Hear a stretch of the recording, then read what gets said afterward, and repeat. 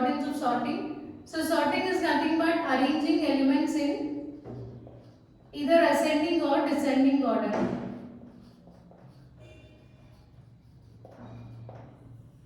So why we need to arrange the elements, or why we need the sorting techniques? So importance of sorting is, say suppose here we are dealing with large amount of data in a real life, right? So how to handle large amount of data? Is it so easy? Definitely no. So dealing with large amount of data is very difficult, right? So in order to deal with this large amount of data, if you use sorting techniques, then it can be done very easily. So sorting, it basically reduces complexity of any program, any problem. Reduces complexity of problem. Okay. So for example, so we have student file like this. Assume that we have some Excel sheet where we have students record file. So this is students record file, and we have various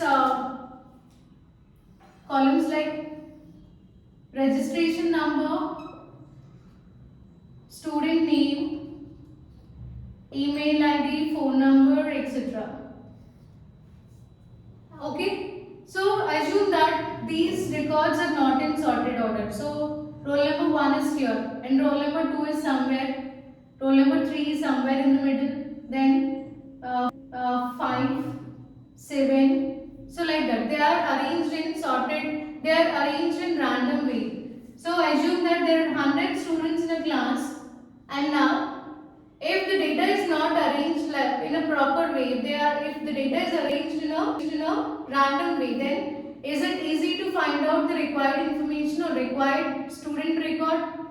It's not easy, right? So in order to, so searching is very difficult. At the same time, if your faculty want to take attendance, and in that case also first roll number, so since it is at the beginning itself, she can call and she can take attendance for that particular student.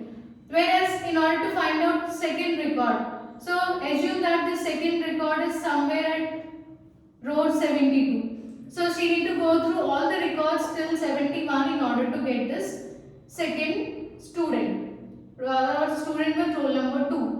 So this takes lot of time, and it is also a difficult task. And also not only attendance, marks. So in order to assign marks to those students, again it will take more amount of time. Okay, so this process is very difficult, and so if in order to resolve this issue, what we are doing, we are using this sorting techniques, and the data is arranged in sorted way.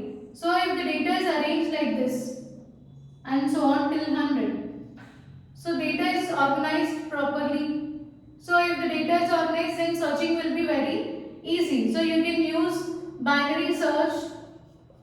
So binary search algorithm can be applied on this sorted data, and you can find out the required record very easily. So that's the importance of sorting.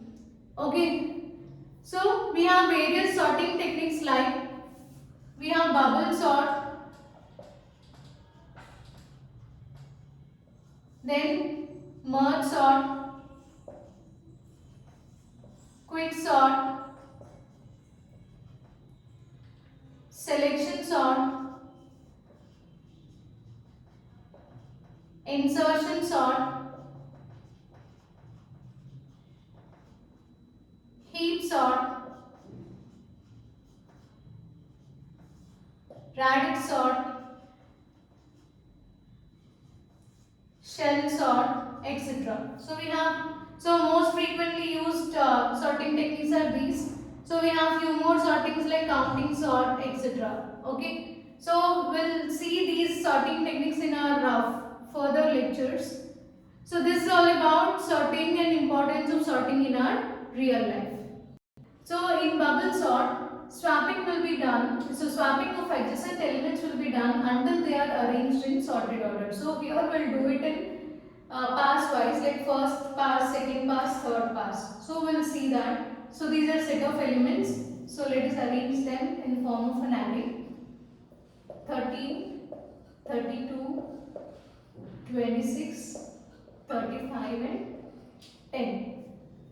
So now, so let us take the first pass. In first pass, we need to compare adjacent elements. So first let us compare 13 and 32. Check whether 13 is less than 32. Yes, 13 is less than 22. So no need to swap anything. So they remains as it is. Now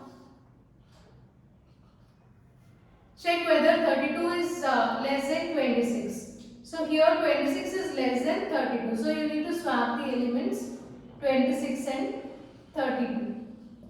Remaining elements, write them as it is. Now we need to compare these two elements. Check if 32 is less than 35. Yes, true. So no need to swap elements. Next.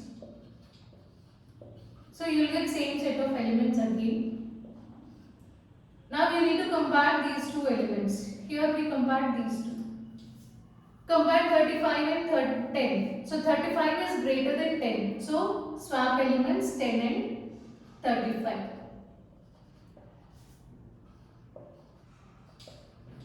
Now if you observe this, here all elements, so that the largest element in the first pass is 35.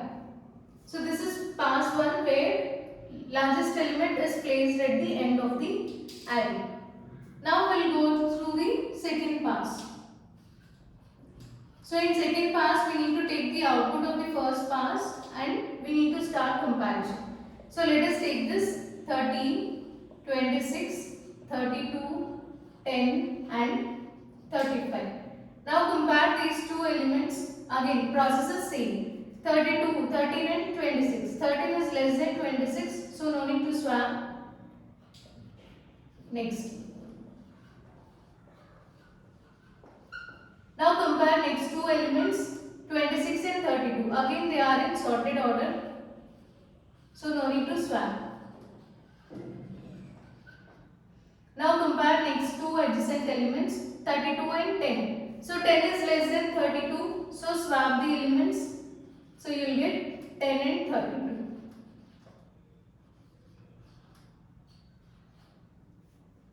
Now compare last two elements.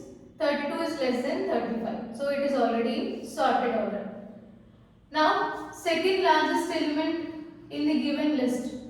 So it came at the last but one position in the second pass. So we need to take this as an input for the third pass.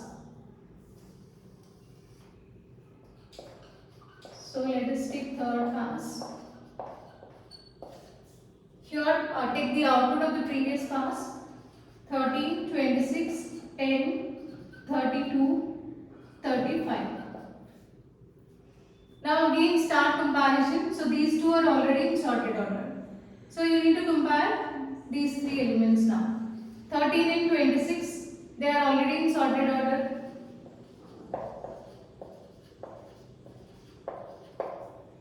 Next compare 26 and 30, 26 and 10. So 10 is less than 26. So you need to swap 10 and 26.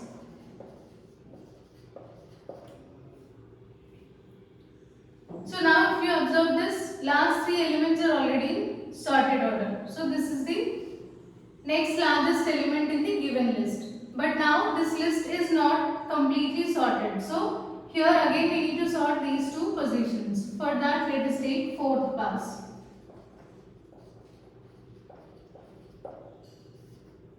And take output of the previous pass here. So these set of elements are already in sorted order. Now you need to compare 13 and 10. So 13 is greater than 10, so you need to swap.